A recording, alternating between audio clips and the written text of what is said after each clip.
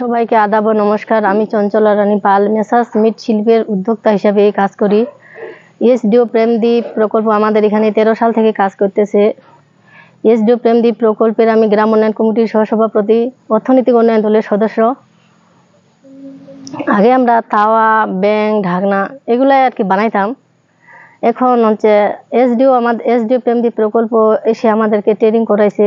আগে আমরা ব্যাং, তাওয়া, ঢাকনা, কুড়া এগুলো বানাইতাম। এখন প্লাস্টিক আসে, আমাদের ওগুলো বেশি চলতেছে না। আমাদের সংসার আবার হচ্ছে খুবই অভাব আসতেছে, বাচ্চাদেরকে পড়াইতে পারতেছি না, খুবই অভাব। এসডিও প্রেমদ্বীপ প্রকল্প আসে, আমাদেরকে ট্রেনিং করাইলো 10 জনের।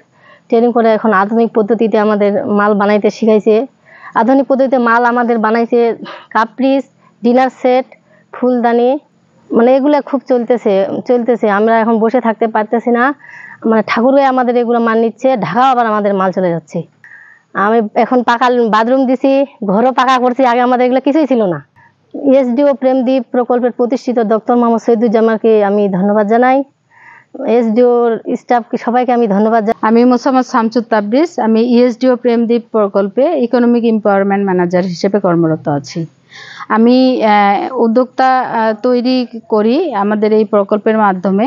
প্রেমদ্বীপ প্রকল্প মূলত হচ্ছে দাতা সংস্থা হেক্স সুইজারল্যান্ড, এবং হেক্স সুইজারল্যান্ডের মাধ্যমে আমরা এই ডেভেলপটা করতেছি। একটা গ্রান্ট মানি পেয়েছে, এবং এই গ্রান্ট মানি থেকে তারা হচ্ছে মাটি পোড়ানোর জন্য একটা চুল্লি নির্মাণ করছে, তারা একটা গোডাউন ঘর করছে, এবং তারা হচ্ছে আধুনিক ডিজাইনের উপর 10 দিনের একটা প্রশিক্ষণ তাদেরকে করানো হয়েছে।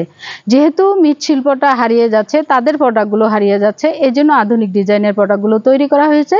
এখানে আমরা টোটালি তাদের মার্কেট লিঙ্কেজ করে দিছি, এবং ভ্যালু চেনের যে চেইনটা, সেই চেইনটা মেনটেন করতেছি। এই জন্য আমাদের যে নান্দনিক মৃৎশিল্প এবং মেসার্স মৃৎশিল্প, চঞ্চলা রানী পাল এবং পুতুল রানী পাল, দুজনেই এখন একজন সফল উদ্যোক্তা, এবং সফলভাবে তারা কাজগুলো করতেছে এবং মার্কেট লিঙ্কেজ করতেছে। এতে তাদের অর্থনৈতিক উন্নয়ন হচ্ছে।